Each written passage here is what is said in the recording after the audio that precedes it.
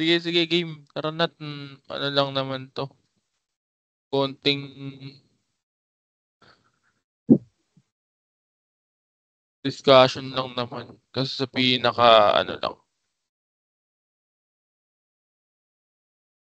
Tara.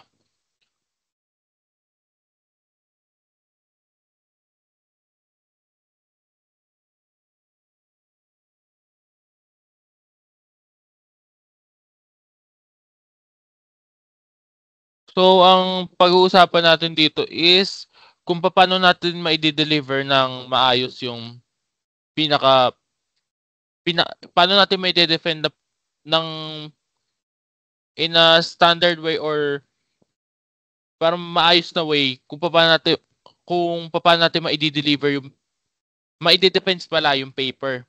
So, first, ang kailangan natin gawin is kailangan alam natin yung table of contents, lalong-lalo na yung mga specific pages. Kasi ang sabi ni Ma'am Ann sa akin, minsan daw ang mga panels, may mga times daw yan na magtatanong sila, kunwari, anong page yung vision mission and vision ng business nyo?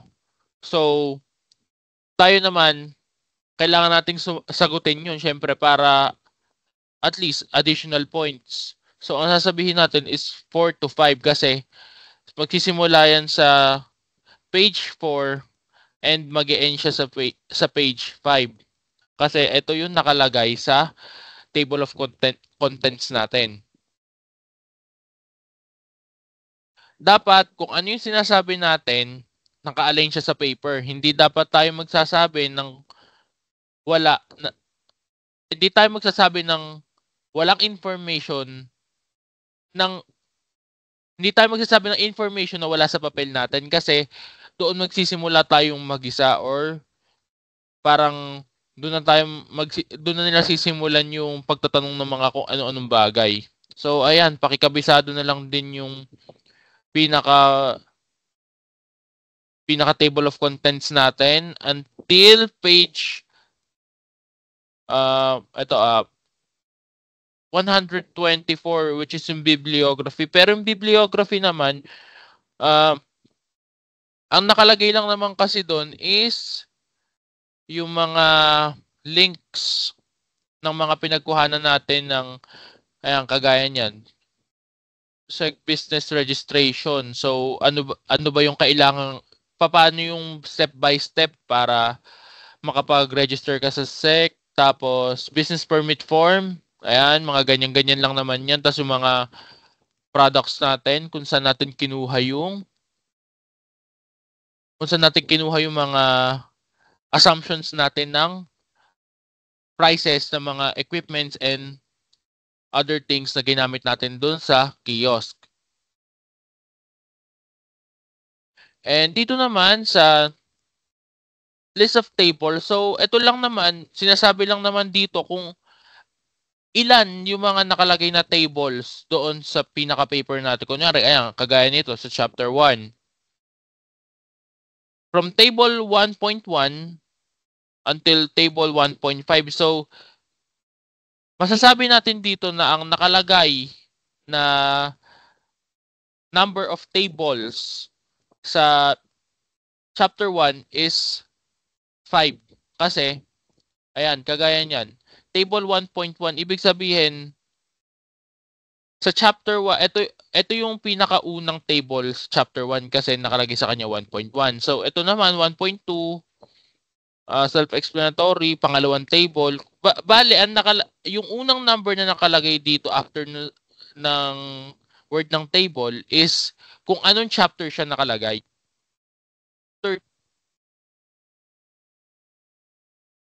Nakatawag dito, nakaayos or naka-place. Yung pangalawa namang number na yan, mga 1, 2, 3, 4, 5. Ito yung pinaka-table number nila. Kagaya nga na sinabi ko, dito tayo magbe-base para malaman natin kung ilang tables yung nakalagay sa isang chapter. Ayan, kagaya niyan sa chapter 2. Nakalagay na sa kanya is 2.1, 2.2, 2.3, and so on and so forth. Kasi Ang table na to is nakapaloob na siya sa chapter 2. Etong chapter 3 and chapter 4 naman, wala na siya nakalagay kasi ang chapter 3 is the financial aspect chapter of our paper, which is puro figures na lang siya, puro pictures, as well as the chapter 4, which is the supporting documents chapter of our paper. Kasi mostly nakalagay na lang sa kanya dyan is yung mga bibliography, yung mga figures din like resumes natin, yung mga sample permits na mga kailangan natin. Same as the list of figures. So list of figures, same lang siya nung numbering na ginawa ko sa list of tables, which is kung anong chapter yung picture, kunwari ayan, yung figure, ganun din yung ginawa ko. So sa chapter 1, malalaman mo na ang figure na to is pasok pa sa chapter 1 kasi nakalagay sa kanya is 1.1. Ito yung itong number na to ang indication kung anong chapter siya nakalagay. And the second number naman is ang indication kung anong pang ilang figure yung picture na naka-show doon sa ating paper. So ayan, ang chapter 1 natin consisting of 8 figure of pictures, 9 figures. Ang chapter 2 is nagko-consist ng 20 figures. Ang chapter 3 umabot siya ng 30 figures dahil marami yung sa financial plan natin.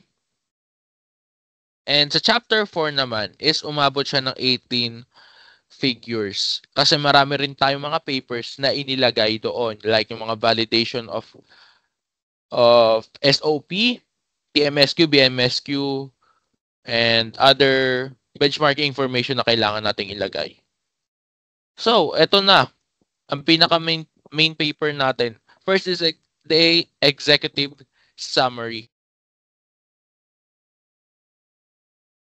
Sa executive summary, sinasabi lang naman dito kung ano yung pinakakabuuan ng mga naka-input na information sa papers natin, like ano yung mga information regarding on our products, kung saan siya nakalagay, kung paano natin mapapalago yung yung pinaka-business natin, kung ano yung mga marketing strategies ang gagamitin natin, and kung ano yung mga kinandak nating mga analysis like the SWOT, yung mga iba pang mga ginawa nating mga works to see our business on a long-term success. Pag may mga tanong kayo, pwede naman kayo dyan. Or kung may gusto kayo idagdag, pwede naman kayo magsalita. First is, ito na yung chapter 1, which is the organizational structure. Number 1 dito is the business concept. Ang business concept natin is this states kung ano yung pinaka-concept ng business natin, like ano yung twist na inilagay natin doon sa product, kung ano yung mga flavors or other things na mga binago natin doon sa product or idinagdag natin doon sa product to make it more unique sa mga mata ng mga customers natin.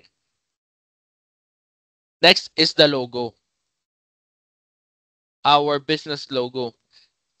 Sa business logo naman natin, ito yung pinaka illustration. And after this naman sa illustration, makikita naman natin dito yung logo description. So dito sa logo description, ina-explain natin kung ano yung mga nakalagay na elements, kung ano yung mga meaning ng mga colors na inilagay natin as well as the elements na mga inilagay natin.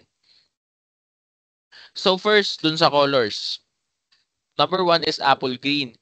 It represents freshness and creativity.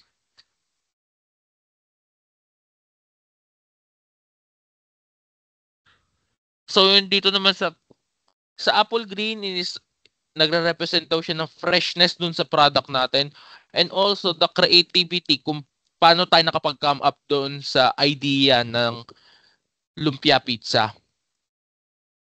And sa black naman, it adds a bold and modern look. Ang black is pinaka tulong ng black dito is the outline. So para makita yung dissection of colors. Para maging maganda yung dissection of colors ng pinaka-logo natin, nag-add tayo ng black color sa mga outline. Para sa ganun, maging maayos yung pinaka-illustration ng ano natin, ng logo, as well as mag-add din siya ng touch ng neutral colors para hindi masyado siyang masakit sa mata tignan. Yung maroon, nagre-represent siya sa color ng pepperoni, which is one of our flavors sa ating product. Ang yellow is nagre-represent siya sa cheese na parang sinasabi dito na in-emphasize dito yung when it comes pag kinagat mo yung product natin, may cheesy may cheesy feeling ka na malalasahan. And yung cheese naman kasi is although nakalagay lang siya sa ham and cheese, pero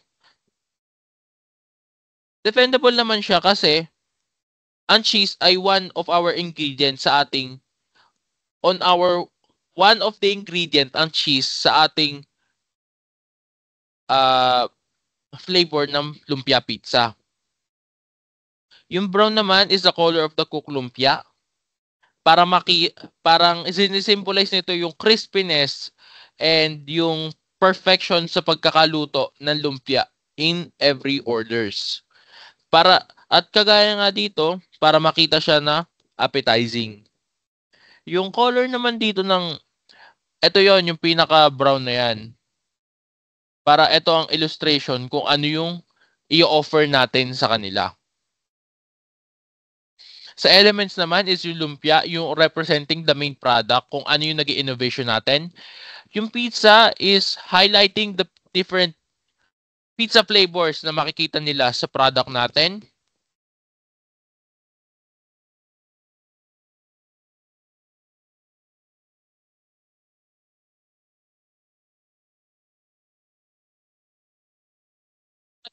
Melted cheese, lahat yan is more on the component side of our product kasi ang pepperoni and spinach, two of our main flavors na ino-offer sa market. And melted cheese naman, ito yung kagaya nga nung sinabi dito sa una, sa yellow, in-emphasize nyo yung pagiging rich and cheesy ng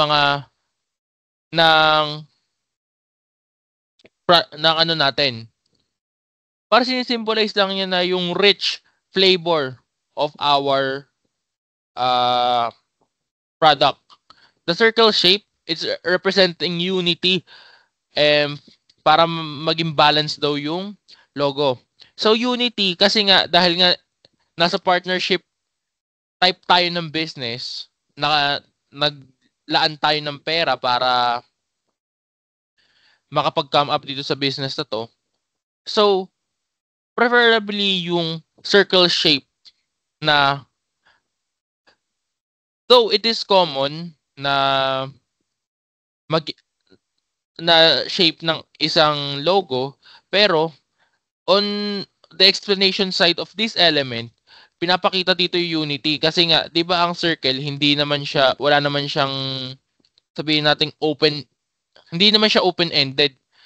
Dire-diretso siya.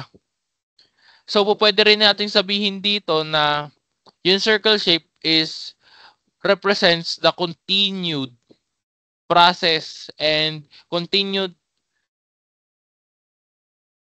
production or ano tawag doon? Pagtutuloy-tuloy ng business yon. parang dire-diretso yung business na wala siyang open-ended, ganon. Tapos yung circle of dots, nag-add lang siya ng parang aesthetic para maging maganda yung logo natin. So, ayan, yun sa business name naman. So, simula nung una, alam naman na natin yan na yung za is nanggaling siya sa pizza kasi nga, yung flavor ng mga lumpia natin is mainly pizza toppings and yung zarap is from the word wrapper na isa sa pinaka main ingredient natin para magawa natin yung innovation natin dun sa product na ino-offer natin. So sa business tagline, ito pakikabisado to kasi for sure tatanungin sa atin yan. And paano tayo nakapag-come up dyan sa business tagline natin. So nandito naman siya lahat. Ayan.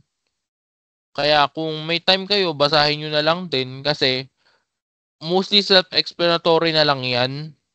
Kaya sa business mission naman, ayan, kakabisaduhin natin yan kasi also the vision. And yung sa goals and objectives natin, kung bakit tayo nagtayo ng ganitong business. First is to promote the best fusion of lumpia and pizza in the market. So, para para mai-market natin yung product natin. And para makakita yung marketan natin ng bagong innovation ng product which is lumpia type siya pero pag kinagat mo is ang palaman niya is pizza toppings. Number 2, to provide a customer an unforgettable experience with our food and services. So, same as dito para makapag-provide tayo ng unforgettable experience kasi syempre hindi pa naman patok sa market ang yung naisip nating product na lumpia pizza. So, sabihin na nating merong mga innovation like yun sa Ampis, yung lumpia sisig, pero itong sa atin pinag-fusion natin yung Filipino and Italian kasi ang pizza galing sa Italy and Filipino naman is yung sa lumpia wrappers which is lumpiang Shanghai. Number 3, to grow our business and be the one of the best snacks in the Philippines. So, dito naman, be the one of the best snack producers siguro dapat to. Snack producers or ganon. Bale, ang pinaka main focus niyan is para mapalaki natin yung business natin para makilala tayo sa buong Pilipinas. And sa 4, to show honesty in what we offer and serve. To deepen our customer relationship and build a loyal customer by providing their needs and continuously meeting their expectations. So dito naman, parang ipinapakita lang natin na kung ano yung nakikita nila doon sa picture, kung ano yung nakikita nila doon sa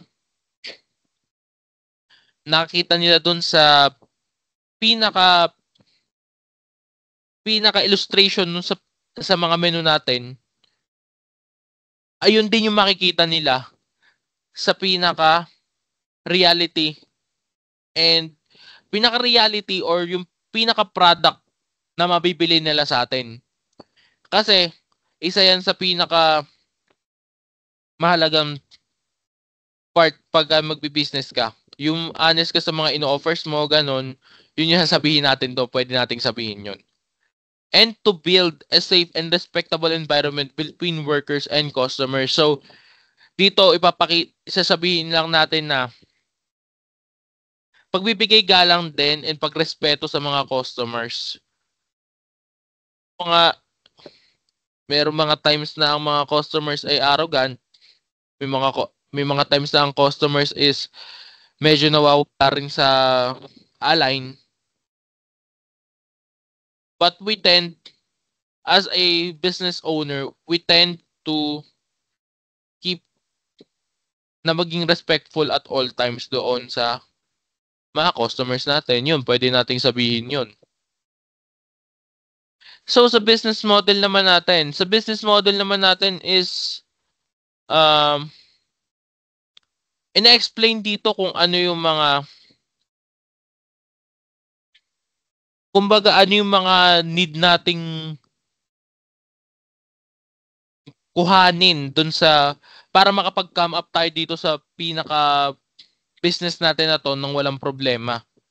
Para makapag-start tayo, kailangan natin ng mga local suppliers and delivery services sa mga orders natin, sa key partners. Ang key activities natin is the preparation, cooking, and packaging. Also the maintenance and the custom and mostly the customer satisfaction. The maintenance is para ma-maintain natin yung kagandahan ng kiosk and makapagpatuloy yung business natin. And sa customer satisfaction naman is para ma-satisfy natin yung customers, makapagbigay tayo ng satisfaction sa kanila through giving the best service that we can give to them.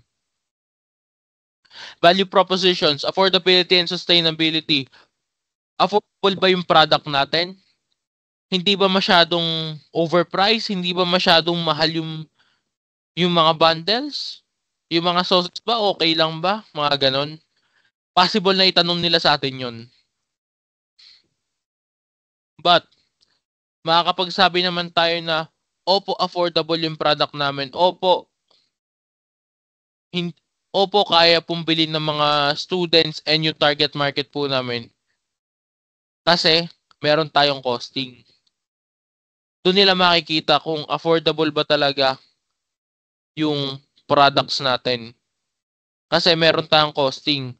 Nakakost lahat ng mga gamit natin. Kung paano natin siya minart up. Kung paano natin kinompute yung pagbuo ng bundles.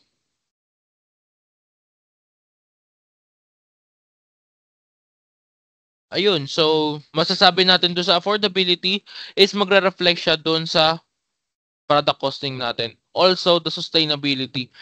Magsusustain ba yung business nyo? Makakapag tatagal ba yung business nyo? Makakapag-sustain ba sa growing market na nagiging viable ngayon? Ang sustainability naman is papasok siya sa financial aspect natin, which is tatakil natin mamaya.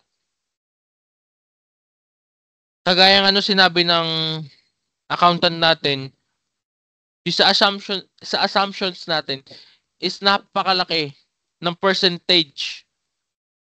Napakalaki ng percentage na pwede na makukuha natin. Kasi ang payback period natin only lasts for 20 months. So, as early as 1 year and 8 months, yung mga in-invest natin, pwede na nating mabawi. Dahil, sustainable yung business natin eh.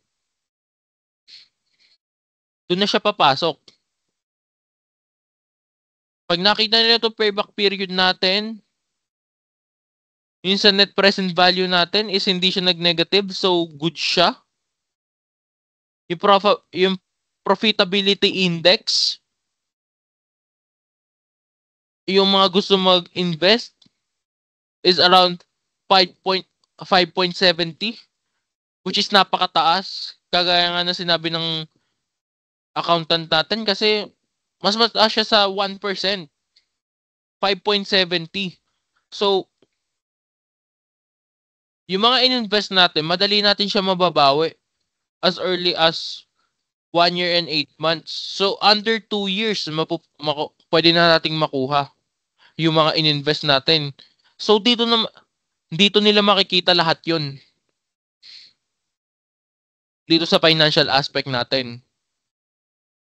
Tapos yung initial rate of return, 91.03%. ilang percent na lang pwede niya siya pumasok sa 95%, which is sobrang laki. Ito nga lang 91.03, sobrang laki na niyan kasi nga positive, in a positive note siya, tapos nag-i-indicate din siya ng high return on investment. So meaning, hindi tayo malulugi. Basta magtuloy-tuloy lang yung business. At mapalago natin ng maayos. Sa customer relationship naman, personalized service, community engagement, feedback and improvement, and also the exclusive promotions.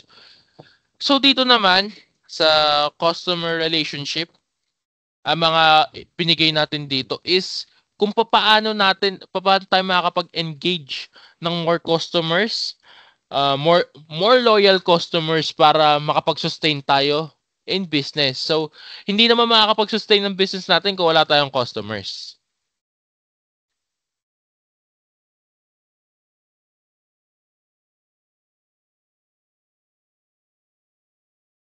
Sa customer segments naman, dito naman sinasabi, pinaka-target market natin. So, pizza enthusiasts and comfort food lovers.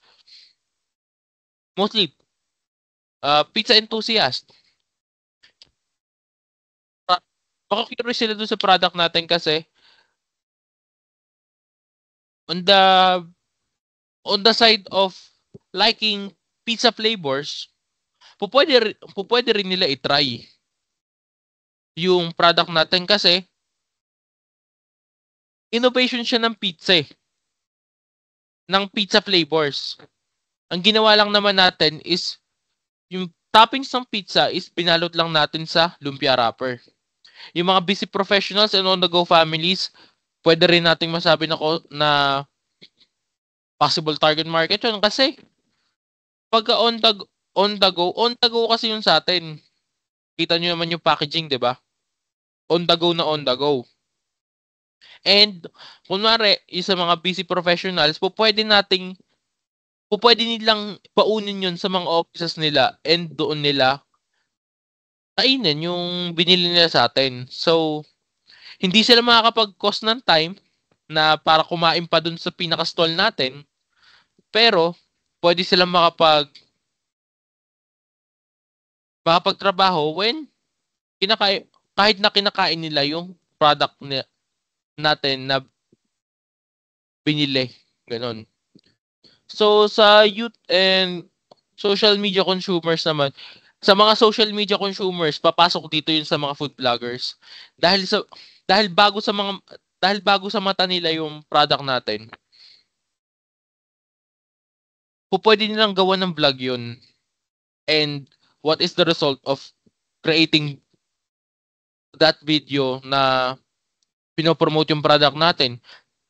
Magiging matunog sa ibang tao yun. And ito yung isa na pwede nating sabihin na high chance of gathering more customers. Dito naman sa key resources, cost structure, revenue streams, and the channel, mostly puro yan sa pag-create na ng mga ito pala, key resources, channels, and key resources and cost structure, mostly yan sa food production na yan and sa kiosk structure. Sa channel and revenue stream naman, paano tayo makakabenta ng maganda and paano natin maihahatid yung mga products na yon sa mga customers natin. And strategic relationship. So, pinapakita lang dito kung ano yung pwede nating maging partners when it comes on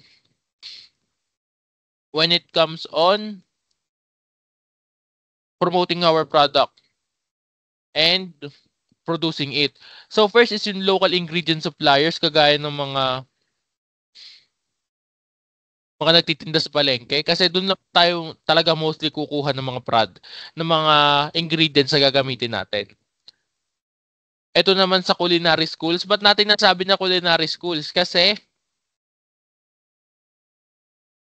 pwede tayo makapag-give ng mga recipe ideas and concepts kagaya nga nito.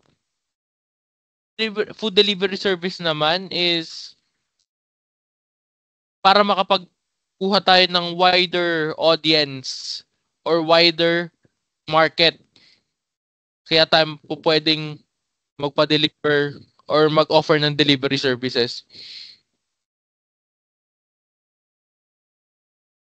At ito nga, yung sa food bloggers and influencers. So, pag sinabi natin food bloggers and influencers nga, pwede yun makapag-paingay dun sa business natin kasi mai-offer natin doon. Mai-offer natin kung ano yung pwede nang sabihin through video kung ano yung mga ino-offer natin doon sa stall natin and ano in-offer ng business natin sa mga possible customers. So, ito naman is SWOT analysis. So, sinasabi lang naman dyan kung ano yung mga pinaka-strength, weaknesses, opportunities, and threats ng business natin. So, sa strengths is unique nga yung product concept natin, yung compact packaging yung product natin kasi nga can be eaten on the go. Affordable yung ingredients kasi nabibilang siya sa market. And can be appealing to multiple markets kasi kagaya nga ng sinabi ko, fusion siya ng Italian and Filipino. So, pwede siyang maka-attract ng mga traditional Filipino lovers kagaya ng mga mahihilig sa lumpia. And yung sa pizza enthusiast para matry naman nila yung innovation ng hindi sila makakakain ng pizza at all pero malalasahan nila yung pizza toppings doon sa loob ng lumpia.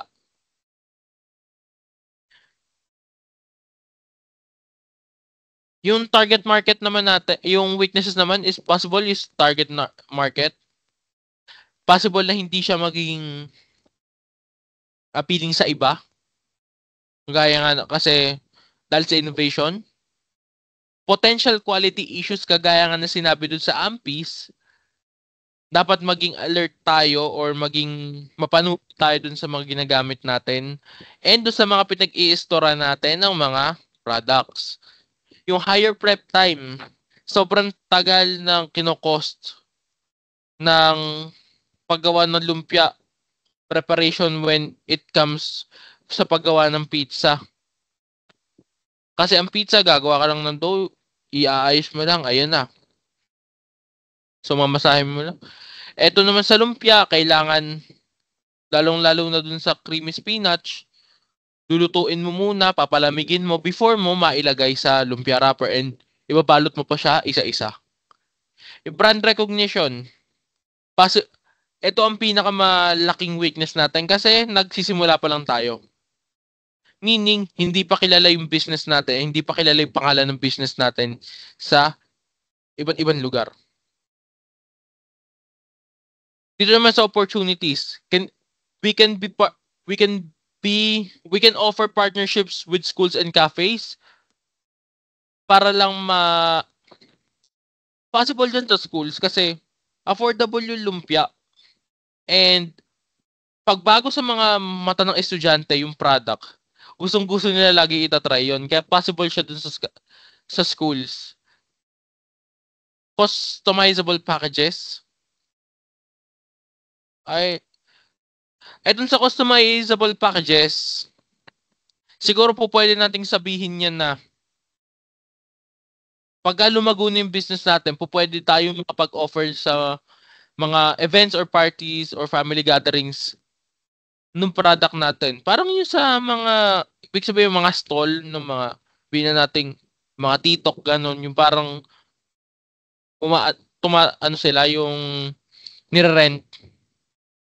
Tapos addition into healthier options, kagaya nga ng gluten-free wraps. Pwede natin gawin yan in the future when okay na yung pinakapangalan ng business natin, medyo kilala na tayo. And plant-based fillings to cater the health-conscious customers. Dito naman, yung sa plant-based fillings,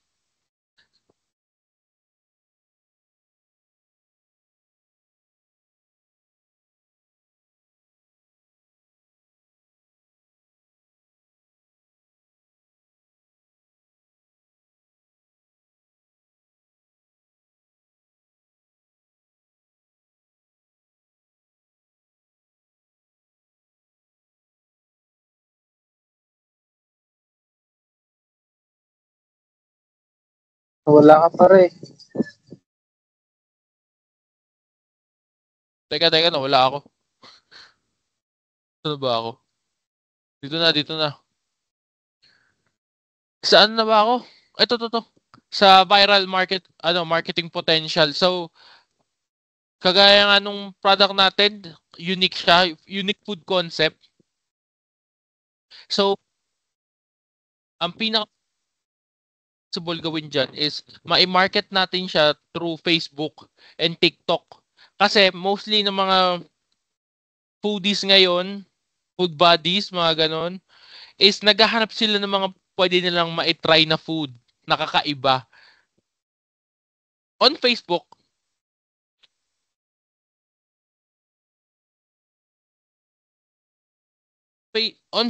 and TikTok. Kasi mostly puro doon na mga nagpo-post ang mga new business owners para makagain din sila ng mga attention and attraction and also makagain sila ng customers. So, lipat naman tayo dito sa threats. Market competition. Sa sobrang dami ng mga nag-establish ng mga business ngayon, mga fast food, mga lumpia businesses, basta kahit anong mga businesses yan, possible pa rin na matamaan yung business natin kung hindi tayo makakapag isip kagad ng mga pwedeng gawing trend patient pa sa product natin. Cultural resistance.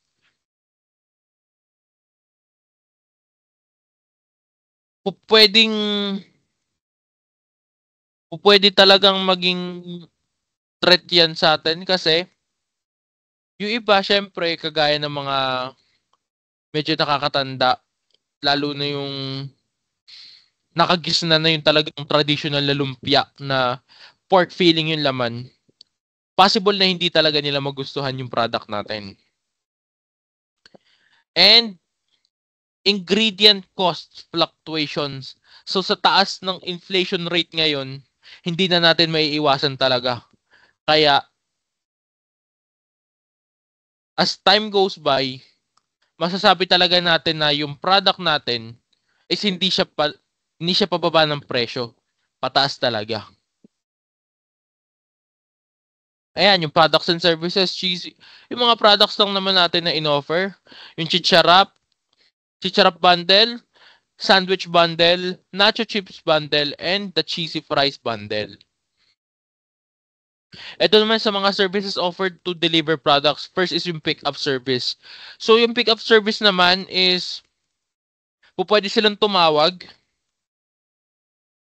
and then pipick upin nila sa store. Parang pre-order. Sabihin natin na tatawagan nila tayo, mag-order sila and pipick upin daw and magsaset sila ng time to pick up their orders. Teka nga, ba't ba may tumutunog? Ano ba yun?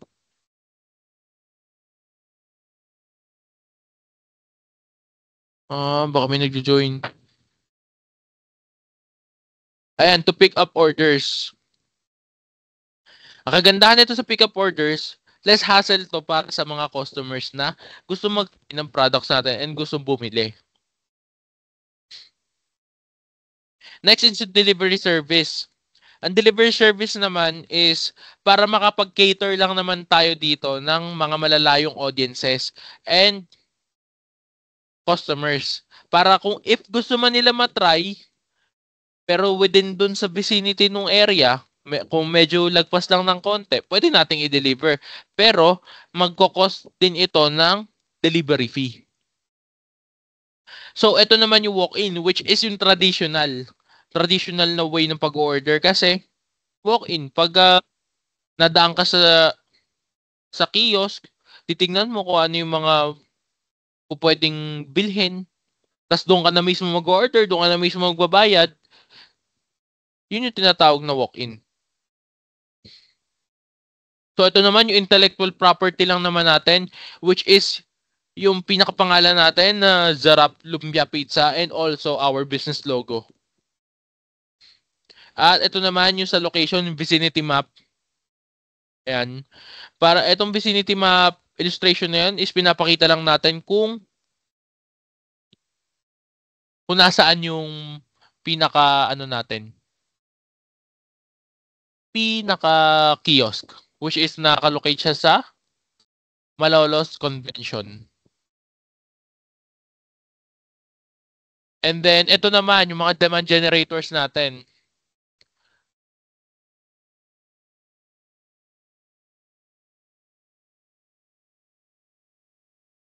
Ito namang mga demand generators natin is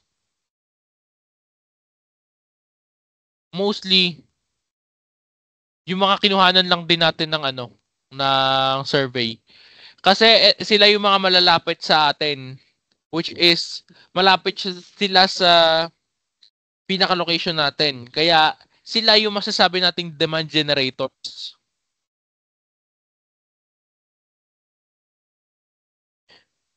Ito naman yung sa legal structure. So, may kulang tayong nailagay dyan. Structure naman natin is it says na ang business nating binuo is partnership. Partnership siya. Kaya dito ini-state lang na kung ano yung mga kailangan nating gawin as a partnership na type ng business. So, nag-share tayo ng cost, nagbibigay tayo ng pera, nag-allow tayo ng ang pagpa-problem solving and hindi lang sa isang tao lang nanggagaling, which is sa lahat ng may-ari ng business. Yung growth and success is hindi lang nanggagaling sa isang tao, but also panglahatan.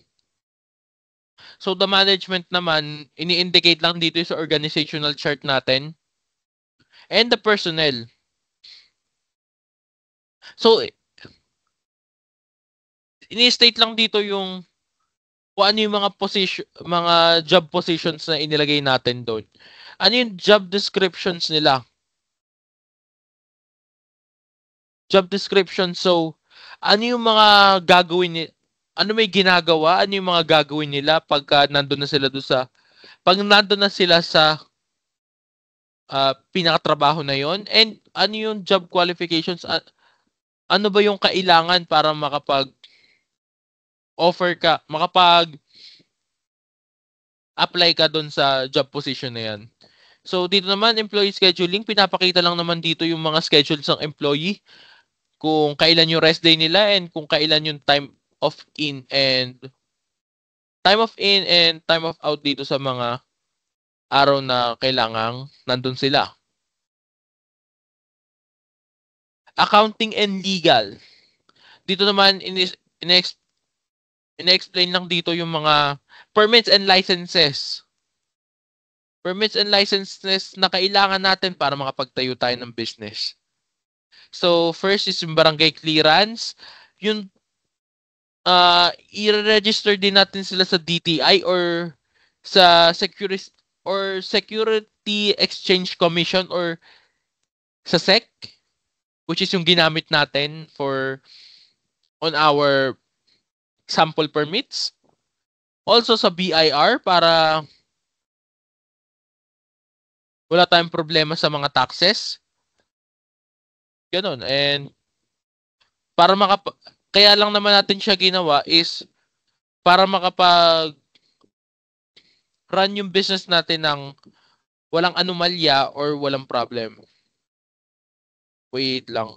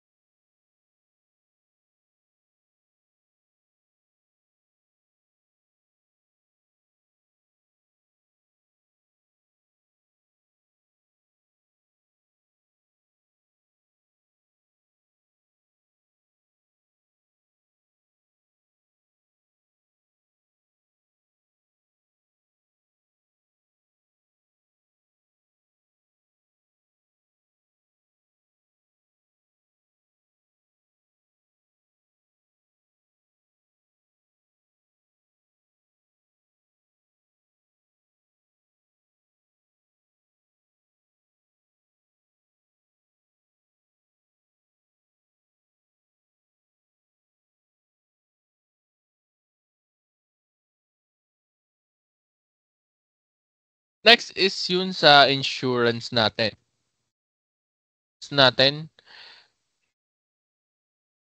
Pinapakita lang dito yung overall na insurance distribution ng bawat empleyado sa business natin. So, nagba-vary siya sa salary per month. Pero lahat yan is 5%. Simula sa lumpia maker until sa business manager. So nagba-vary lang talaga yung monthly contributions doon sa salary per month ng isang empleyado. Kagaya nga nito, 3,840. So paano ko siya nakuha?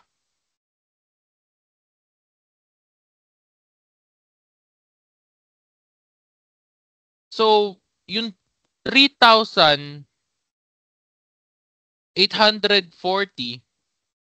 is imumultiply ko siya into 5. So minultiply ko siya into 5. And ang naging sagot is 19,200. And para makuha ko yung monthly distribution nila, is i-divide ko yung nakuha kong product, which nakuha kong total na 19,200 sa 100. Which is 15 192. So eto, check natin kung makikita nyo.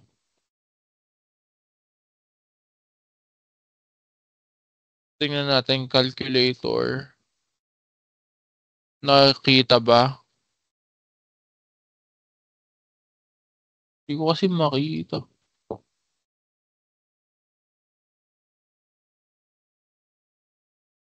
Lloyd, kita ba Lloyd?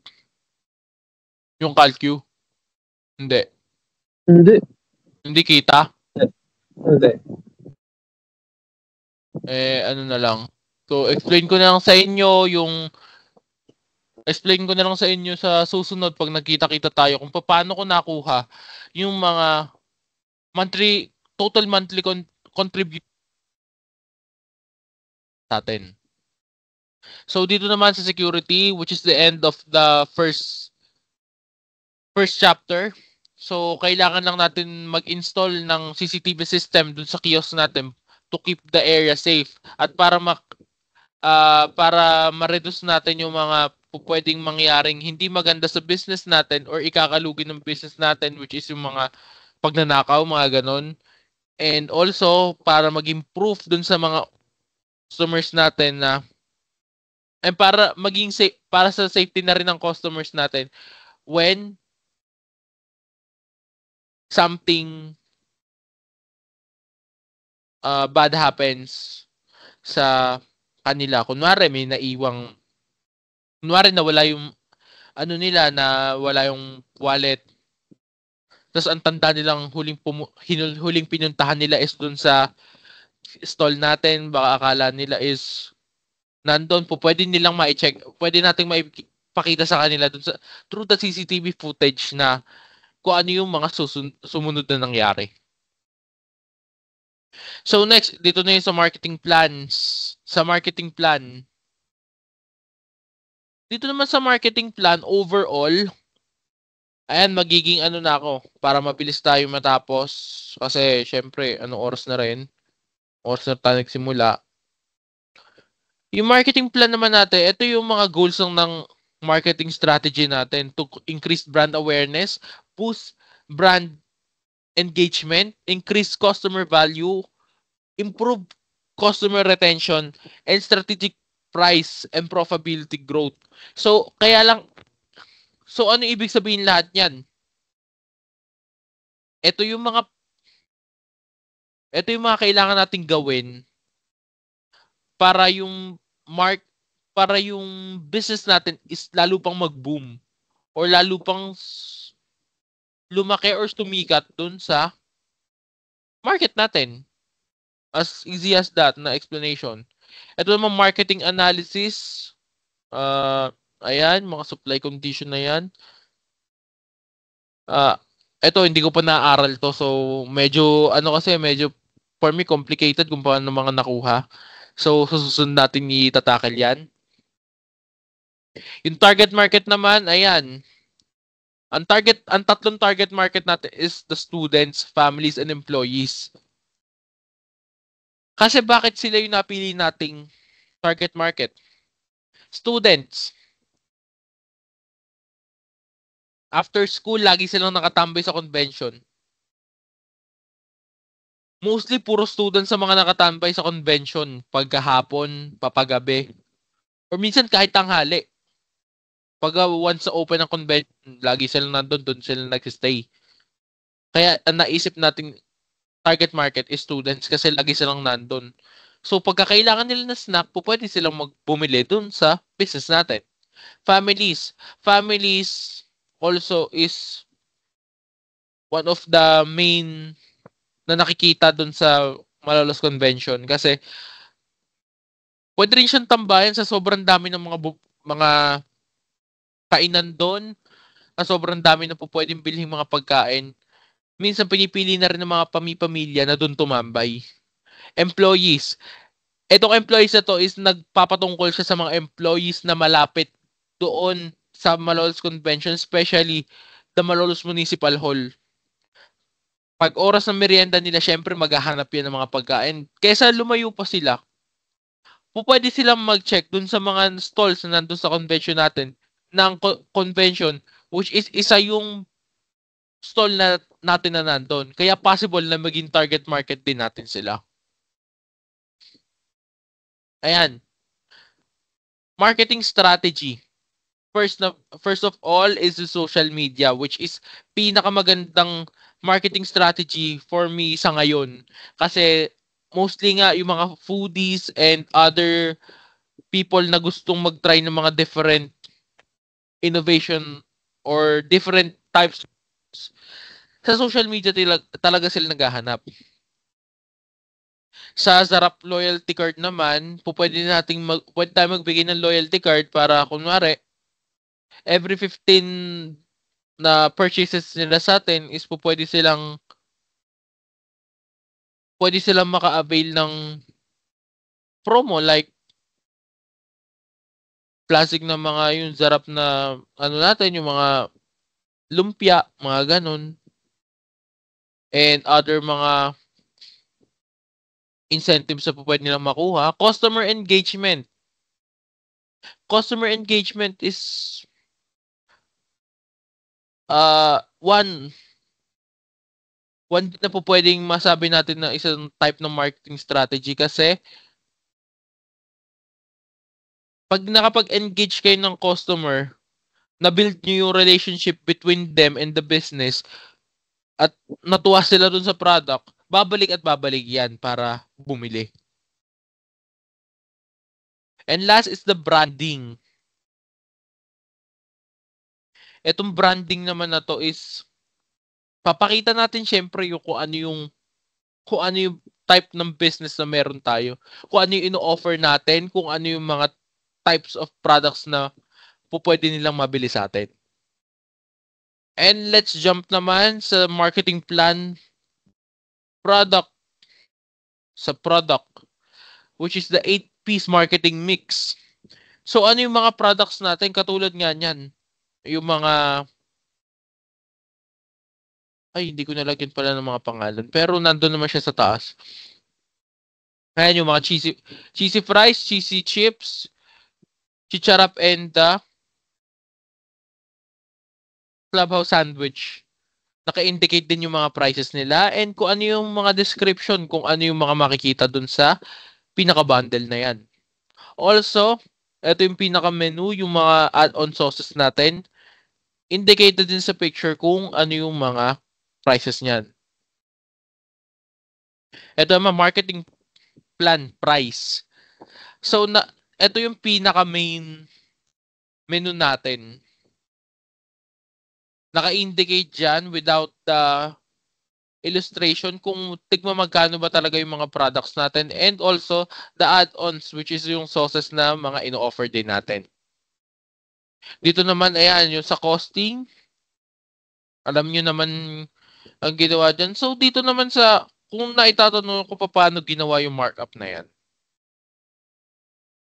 Cost per portion,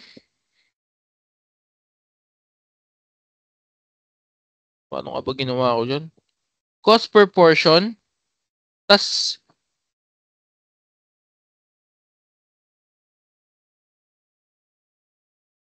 ita-times mo lang siya sa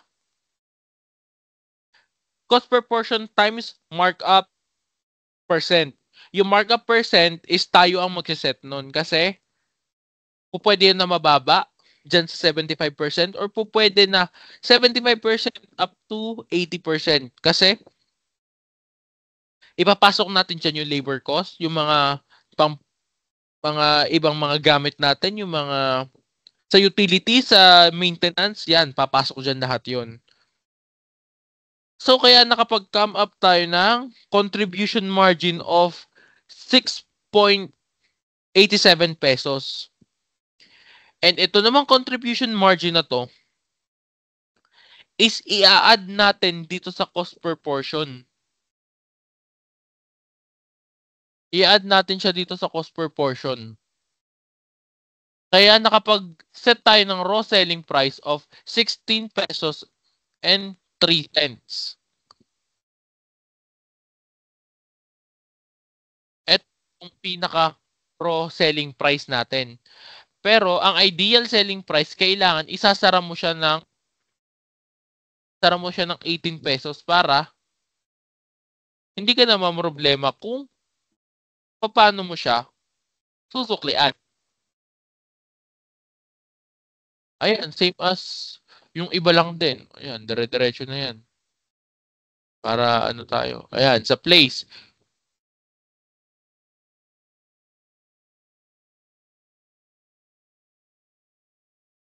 Yung sa place naman, kagaya lang siya nung kanina sa vicinity map, yung sa location. Dinidescribe lang din dyan kung saan matlolocate yung kiosk natin. Sa marketing plan, which is the promotions, pinapakita lang natin dito na ito yung 3 social media pages natin kung saan natin ipopromote yung product natin through social media. At ito naman yung mga promotional activities na pwede nating ma-offer sa throughout the year. Ito naman, sino yung mga etong people na to, sinasabi lang dito kung sino yung mga involved na people doon sa business. So the customers especially, hindi tayo magkikita ng customers. The suppliers. Ang suppliers ang isa rin sa bubuhay sa business natin kasi kung hindi dahil sa kanila, hindi tayo makakapag-produce ng product. The manager. Kung walang manager, hihirapan mag-run ang business. Kung walang magmamanage. The cashiers, kung saan sila yung tatanggap ng pera, tama yung maibibigay natin sa kanilang halaga pabalik pag may sukli. And the food preparer. So, sila na yung magpe-prepare, sila yung magluluto, sila yung gagawa ng mga product. So, silang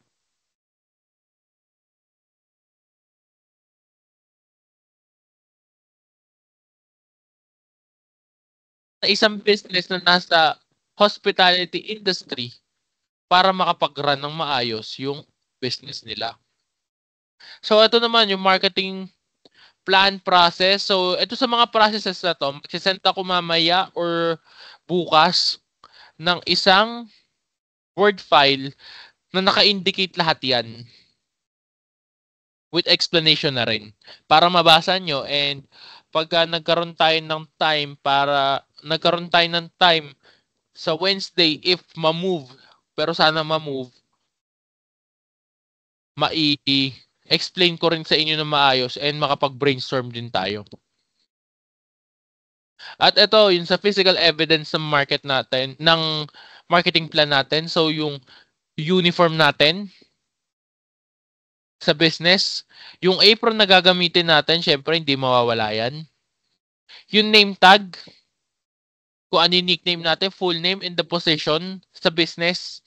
And also the marketing plan, which is the packaging. Ano yung gagamitin nating packaging sa business natin para maibigay yung na walang magiging problema.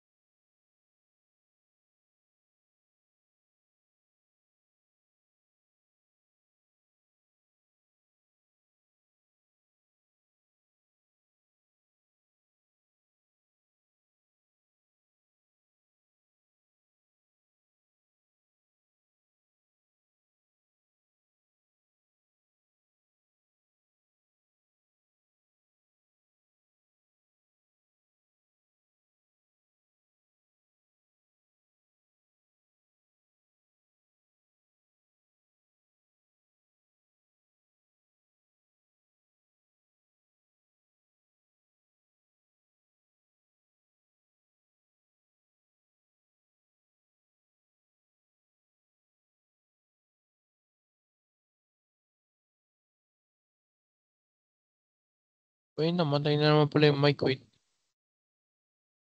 So, ito dito tayo sa ano naman, sa commercial floor plan. So, dito naman pinapakita lang dito kung gaano yung mga measurements sa pinaka floor plan natin. Ayan. Sa section A, sa section B. Ayan, yung front view, kung gaano kataas yung kiosk natin.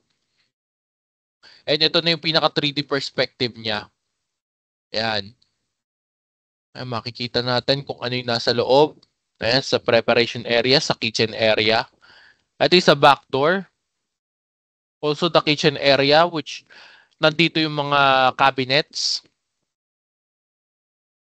Ito na tayo sa customer service. So, dito naman sa customer service, sinasabi lang dito kung ano yung mga dapat nating gawin when it comes on communicating with our customers.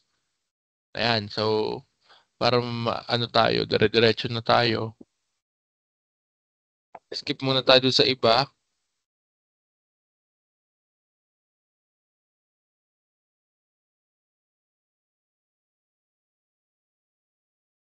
Ayan. Ayan, dito sa assessment of strategy, marketing strategy. Ito yung pinaka ano natin. Pinaka tabulation. Hindi pa pala ayos tong isa. Ay, nako. Ito yung pinaka-tabulation natin na ginawa ko nung nag-survey. Ayan, so reviewin nyo na lang din para makita nyo. Ayan, dito na tayo sa financial plan. Sa financial aspect, dito yung assumptions. The following are the assumptions considered in the financial analysis of the project. So, all of these are assumptions. Ito yung assumptions natin na magagastos para makapag-build tayo dun sa product, dun sa ano natin, sa business, makapag-start tayo ng business.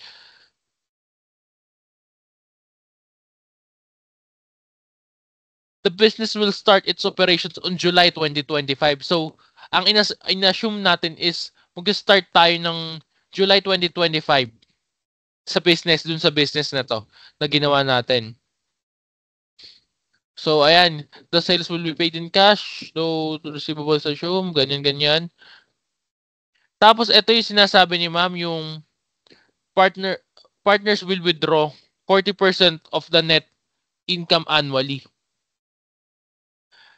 Ito kasi, yung mga nakikita ko sa iba is sobrang liliit ng mga ano nila, mga withdrawable like 20%.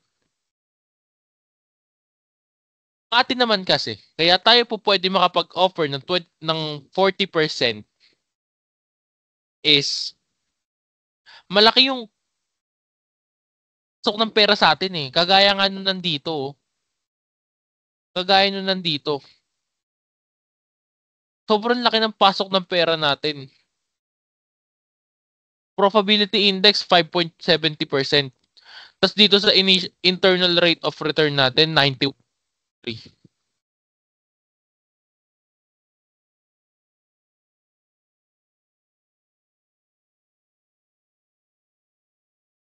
Excuse me. Excuse me. So 5.70 tas 91.03. So napakalaki nun. Kaya natin na pupwede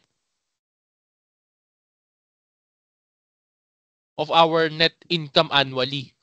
So yearly naman siya. Hindi naman siya monthly na magwi-withdraw ka na 40%. So yearly naman siya wini-withdraw. Kaya pupwede na ganun kalaki yung yung i-withdraw natin. Dahil maganda naman yung pasok ng pera sa business natin. Dahil nga sustainable naman yung business natin and madaling ibenta yung mga products natin.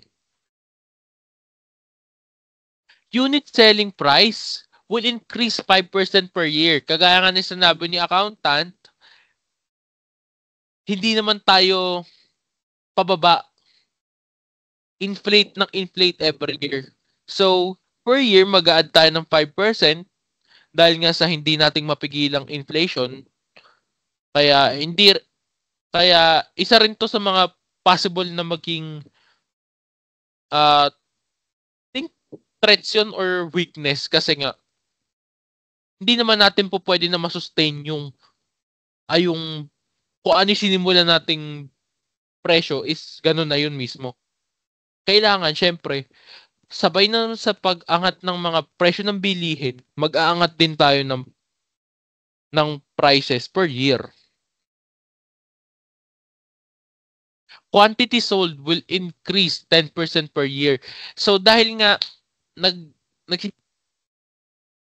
tayo masyado mag-expect ng marami as much in a year, pero every year ina-assume natin na yung quantity na mabebenta natin sa mga products natin is mag-i-increase siya ng 10% per year.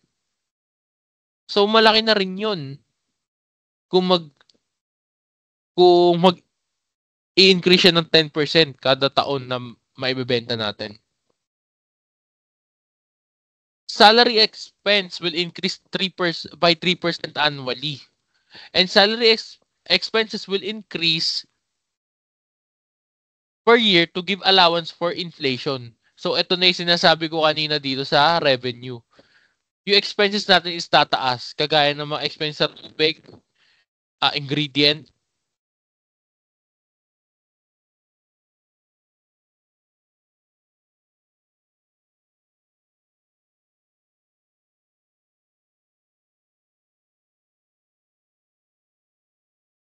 Naman, capital and expenses. Ang sources of investment, which is mag-invest tayo ng 42,500. Take for 40% tayo para makapag-come up tayo ng initial capital ng 297,500. Masyado siyang malaki pero kita naman natin kung bakit tayo mag-invest ng ganyang kalaki sa business.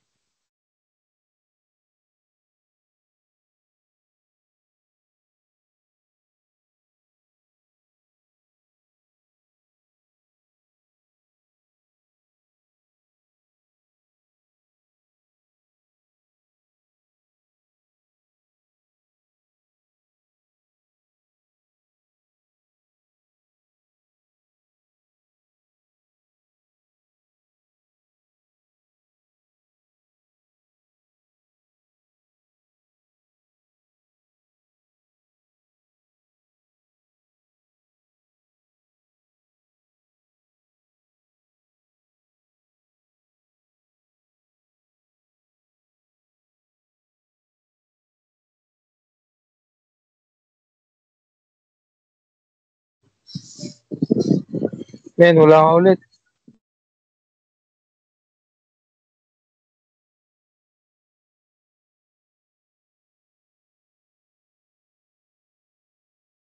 Hello, hello.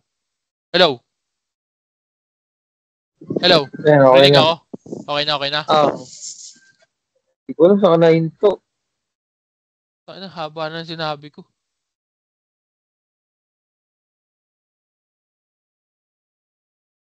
Eto ba, dito na, paano nyo na? Yung salary expense? Ito. Ano na ba ako? Dito. O dito.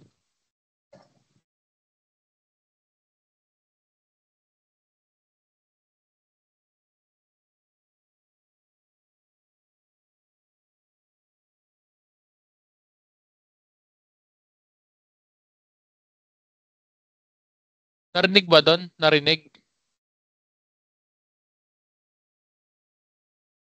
Kalimutan ko saan ka nahinto. Nignan ko yung handout. Yung Papel. papers na. Oo. Kasi dito sa ano, hindi, dito na lang ako sa ano, cash and cash. Hello. Sa Note 1 ka na stop. Note 1? Note 1. Sige. Dito na lang. Dito sa Note 1, yung sa cash in bank. Ayan. As you can see, nag-i-increase siya every year. So, beginning from year 1, 291,343.99. And then sa year 2 is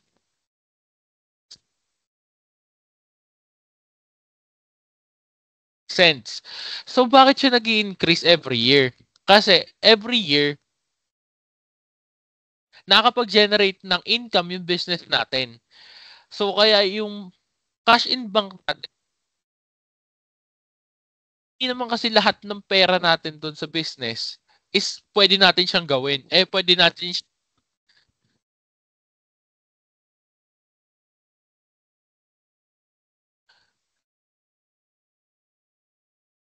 kailangan, ano ko pa rin, yung may magtitira kang pera for emergency, for, kunwari may kailangan kayong ipa, hindi naman po pwedeng back to zero ka na naman, tapos magsisimula ka na naman ulit. Then malulugi na kayo nun, di ba?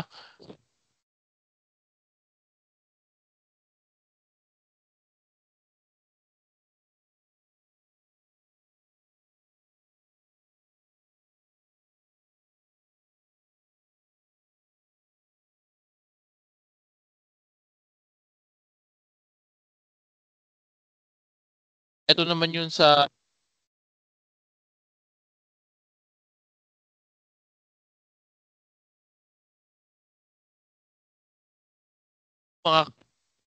mga ano natin yung sa mga nabili natin. Kunwari, nasa magkano na yung nabili natin, ganyan. Ayun, so makikita niyo naman lahat dyan. Tali ko pa yung ano kasi niyan, yung pinaka-computation. Kasi hindi ko pa na babalikan yung kay accountant. Dito naman sa supplies. So, sa supplies naman is, ayan, same as dun sa raw materials inventory. I-inventory lang natin kung magkano yung mga nagagastos natin dyan. Kaya, ano, supplies available for use, yung mga ganyan. Kung magkano yung mga accumulate nating na price pa rin na mga for available for use, ganyan. Tapos dito naman sa furniture, fixtures, and equipment, ano lang to, eto na yan, yung mga price kung magkano natin siya nabili, total cost net of VAT, yung mga etong useful life, eto nga yung sinasabi ni accountant na kung gaano lang siya katagal. So from 1,242, after 5 years, ito na lang ang presyo niya. Ganitong presyo mo na siya pwede ibenta. Ayan, sa cabinets, bibilin mo siya ng 383. Pagdating ng 5 years, 34.20 na lang siya. So, ibibigay ko na, i-aaralin ko ulit inyo. Explain ko rin naman sa inyo kung paano siya nakuha. Ayan, yung sa value added tax, so, hindi ko rin masyado na, na gets kung paano. Kasi, eto naman, pero etong sa uniform, eto nga yung sinasabi ni,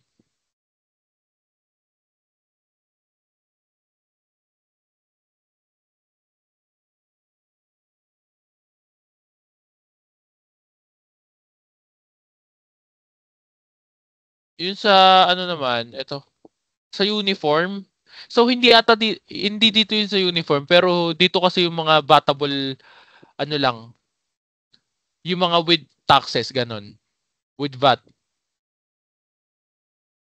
Ayan, yung sa mga internet connection, yung sa mga utilities payable. Ito is a government contribution. Yan. Ipapacheck ko rin to kasi year 1, ngayon ko lang siya napansin. Yung year 1 niya tsaka year 2, same lang siya ng... Hindi ko alam kung tama ba to or nagkamali lang din si accountant kasi same na same. Pati sa pag-ibig contribution.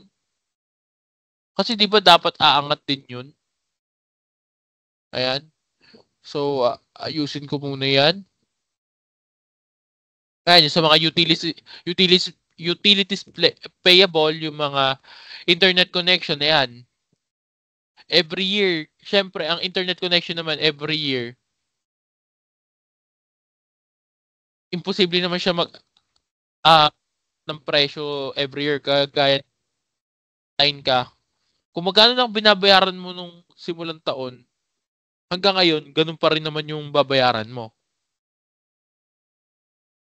Ayan, yung mga income tax payable, so mga tax rate, ayun. Ang tax rate natin is 20% every year. Ayan. Ito naman yung sa sales. Ayan.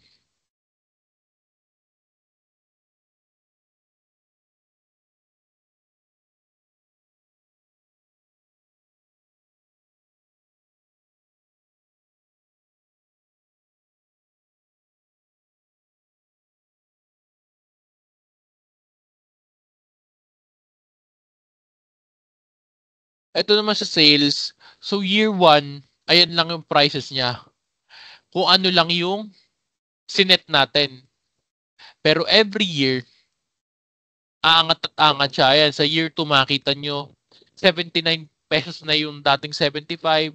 Yung 79 naging 83 na, yung 99 naging 104. Yung dipping sauce from 10 naging 11, yung 15 naging 16, and so on and so on.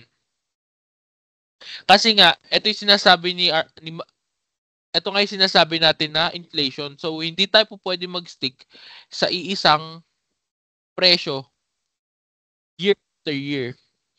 Kasi, magiging malaking problema yon kasi hindi tayo kikita. Imbis na kumita tayo, baka malugi pa tayo pag hindi tayo nag-come up. Hindi tayo nag-increase ng price every year kagaya nga nung nando sa unang part ng papers natin, which is unit selling price will increase by 5% per year.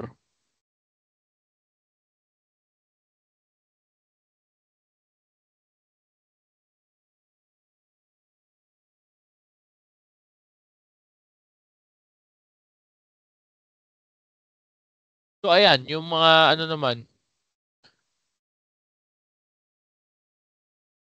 So ito, yung sa mga quantities. Sa mga quantities natin. Etong mga total, titingnan nyo. Kaya kagaya niya sa year 1. Ito, yung 45,270. Ito yung goal natin na kailangan natin mabenta per year.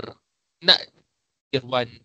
So meaning, ang nakalagay dito is nasa middle point lang tayo ng business. Meaning, hindi tayo lugi, hindi rin tayo kumita. Ito lang yung basis natin para makita kung kumita tayo or hindi. Pag nakapagbenta tayo, pag kunwari, nagsimula 1, end of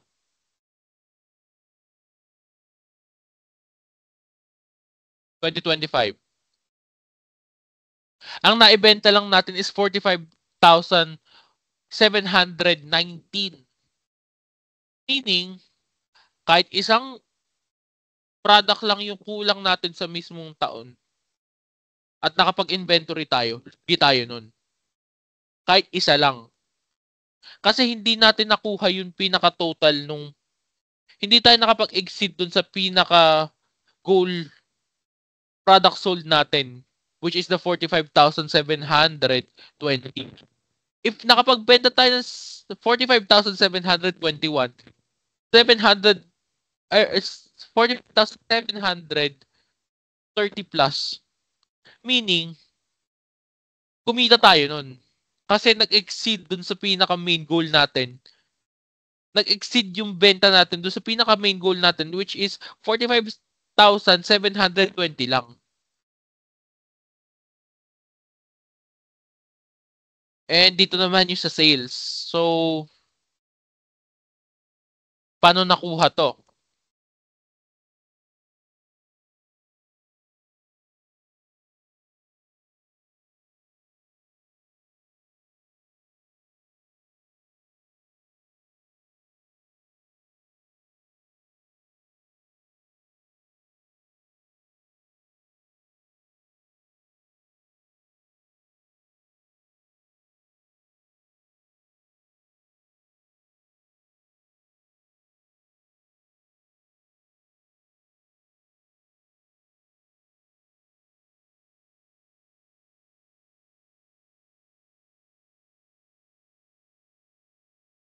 Bale, itong year 1 na to. Wala.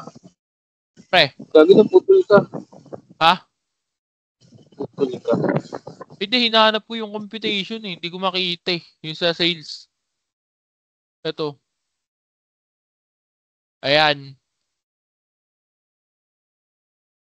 Etong sa year 1,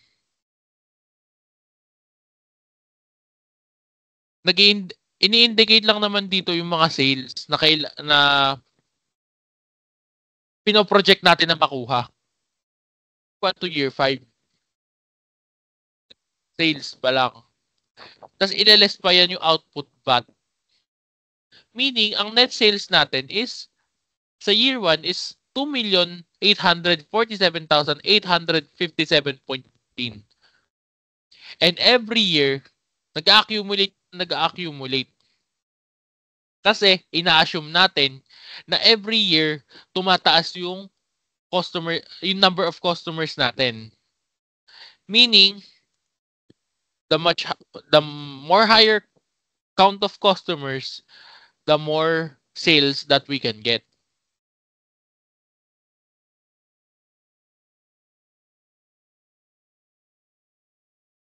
Kasi ito naman yung sa cost of goods sold. Ayan. Anuhin lang natin yan. Isang rundown lang. Ayan. Bali, kagaya lang din dun sa una. Pinapakita lang naman dito yan na kung ilan yung kailangan nating maibenta, ganyan. Magkano. And direct material.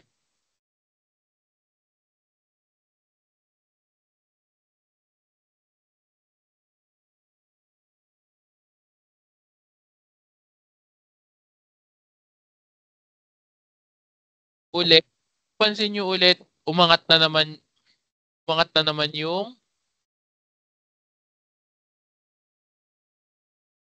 from year 1, 96,000. Year 2,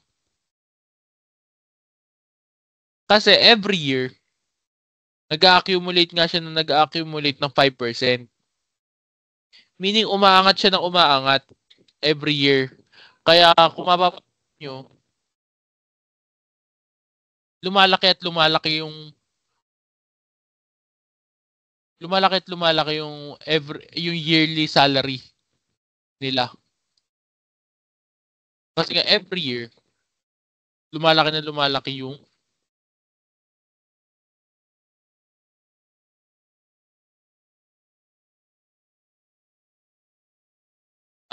yung in-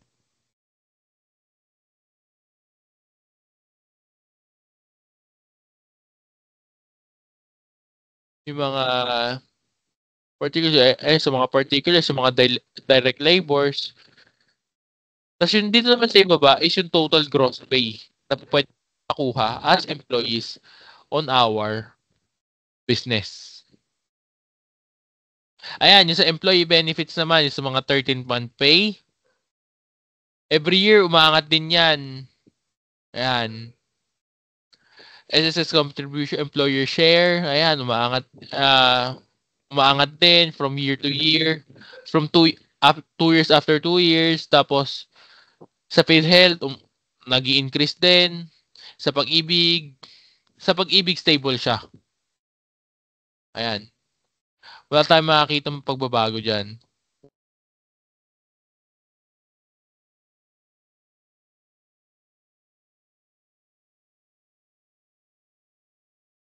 Ayan, tapos sa production employees and mga direct labor. Ayan, mga matataas talaga ang mga ano niyan. Pwede kasi sa mga direct labor sila. Ayan, yung mga employer share, mga 13th month pay, mga SSS contribution, PhilHealth and pag-ibig. Ayan, yung mga supplies expense. Ayan, para sinasabi lang naman dyan kung ano yung mga tools and equipment na kailangan natin. Tapos dito naman sa variable production expense, yung mga pang ano natin to, pang packaging, yan, mga pang packaging. Tapos ito naman sa utilities expense, yung mga LPG natin, yung mineral water, gas consumption, and internet connection. Tapos dito naman, permits and licenses. Pinapakita lang naman dito kung nasa magkano yung mga magagastos natin. Ang SEC registration fee is one payment lang. Payment lang naman. Kaya from year to year 5, wala tayong babayaran. So, yung mga iba lang, yung sa mga kailangan nating i-renew, ganyan. Sa uniforms expense, ayan. Kaya tayo may uniform expenses every year nga naman. Nagbabago tayo ng uniform. And kailangan natin in the hospitality industry is haharap tayo sa tao. Kaya every year, tumataas din yung cost of uniforms natin.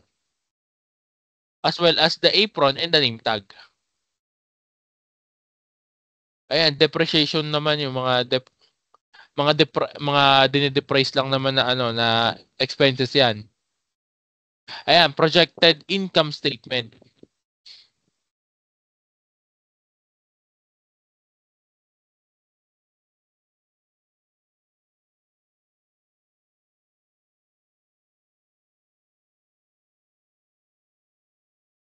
Ito, sa ano lang naman to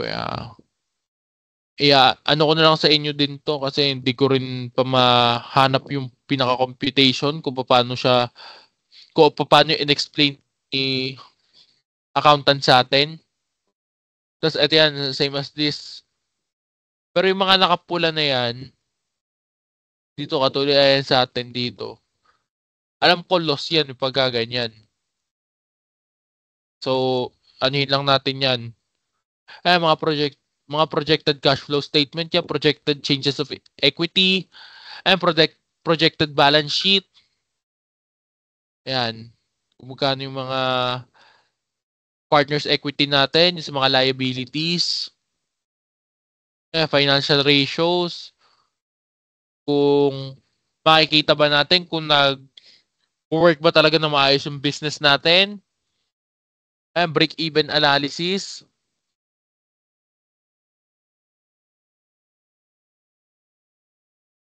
Ayan, ito is sa payback. Ito ni ROI natin.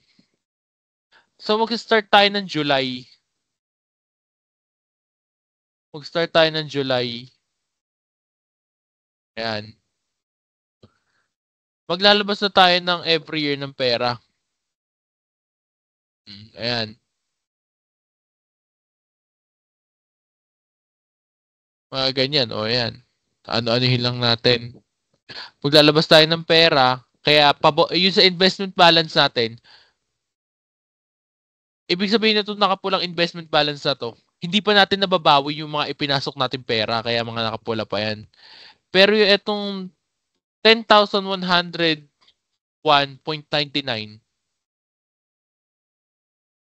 ito yung parang pinakapaunang gamit natin monthly para makapag-sustain tayo ng business at makapag-continue production. And as of the forecast naman, pagdating pa lang ng February 2027, bumalik na kagad yung ROI natin. Kasi dahil sa projected natin or assumption kung gaano karami yung mga kabili sa atin. Ayan. At dito na papasok yun sa mga profitability index. Ayan. Is the internal rate of return. Diyan na rin papasok yun. Kaya kung makikita nyo, sobrang taas ng internal rate of return natin. Kasi assumption natin dyan is malaki, sustainable talaga kasi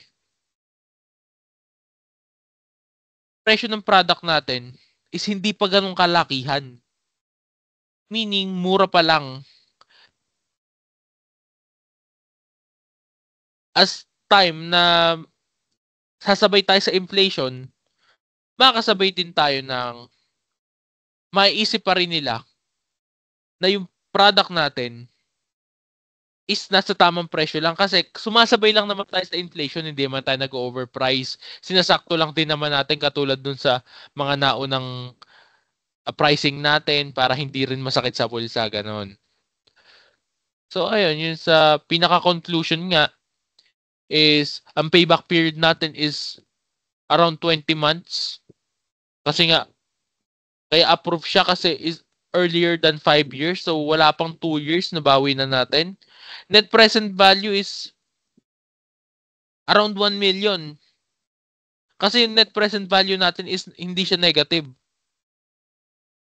Meaning, do sa 20 months na yun, meron na kagad tayo na i-generate na 1 million plus. At hindi siya nag-negative. Kasabay ng pagpasok nung payback period natin. Profitability index, kagaya nga ng sinasabi ko kanina, sobrang taas kasi hindi siya kasi greater than 1 siya. Greater than 1, 5 times. Sabihin 5 times kasi 5.70%. At saka nga, at ini-indicate din nun na mataas na profitability, na profitable investment yung business natin. And yung internal rate of return is konti na lang is kaya na mag 95%. 91.03%. Approve yan kasi yung value is on the positive note. And napakalaki talaga yung return of investment natin dito sa pinaka business natin. And dito naman, yan, chapter 4 na tayo. Indicated lang naman dito kung ano yung mga... So, itong mga marketing aspect na to, management, financial, pakikabisado, and operational. Kasi baka mamaya itanong nila ma'am to. Hindi rin tayo sure, pero malay nyo. So, pakikabisado na lang din. Ayan, pinapakita lang naman dito yung validated natin na TMSQ. Yung BMSQ natin na ginamit. Yung benchmarking information na ipinasa natin kay ma'am. Yung mga sinagutan nilang target market questionnaire. yung mga ano natin, ano ba tawag dito? Resume, indicated din lahat dyan. Ayan. Yung mga business documents sa kailangan natin doon sa business. Ayan, yung sa ESC registration, Certificate of Incorporation, tapos ayan, barangay clearance para makapag-operate tayo sa barangay nila ng legal. Mayor's permit para makapag-operate tayo sa municipal nila ng legal din also. Sanitary permit para makita ng mga tao na malinis yung production area natin at malinis yung paggawa natin sa mga products natin. BIR registration para wala tayong problema sa taxes. Community tax certificate or yung cedula. Para rin siya sa BIR para wala rin tayong problema sa taxes. So, ayan. Yung proof of selling, and bibliography. And the end. Haba. So, yung mga hindi ko na-tackle, pag meron tayong time, kasi nananalig naman ako na mamumove yung atin, kasabay ng paggawa natin ng product, magpe-prepare na rin ako mag-explain sa inyo ng noon kung paano nakuha yon. And if masundan nyo, kunwari, napanood nyo ulit yung video ni accountant, tulong-tulong tayo para wala tayong problema. Kung mas naintindihan nyo, okay lang. Syempre, makikinig din naman ako. Alam ko rin naman yan, yung kailangan din naman nating maintindihan na maayos yan. Kaya, ayun. Marami akong hindi na ipaliwanag ng maayos dito sa pinaka-financial. Pero, basta ang tatandaan nyo yung mga nakapula na yan, hindi yan lugi. Meaning yan, hindi pa lang natin na ibabalik. Hindi yan lugi, basta pangalan natin yung nakalagay dyan, hindi yan lugi. Ayan yung mga inilalabas nating pera.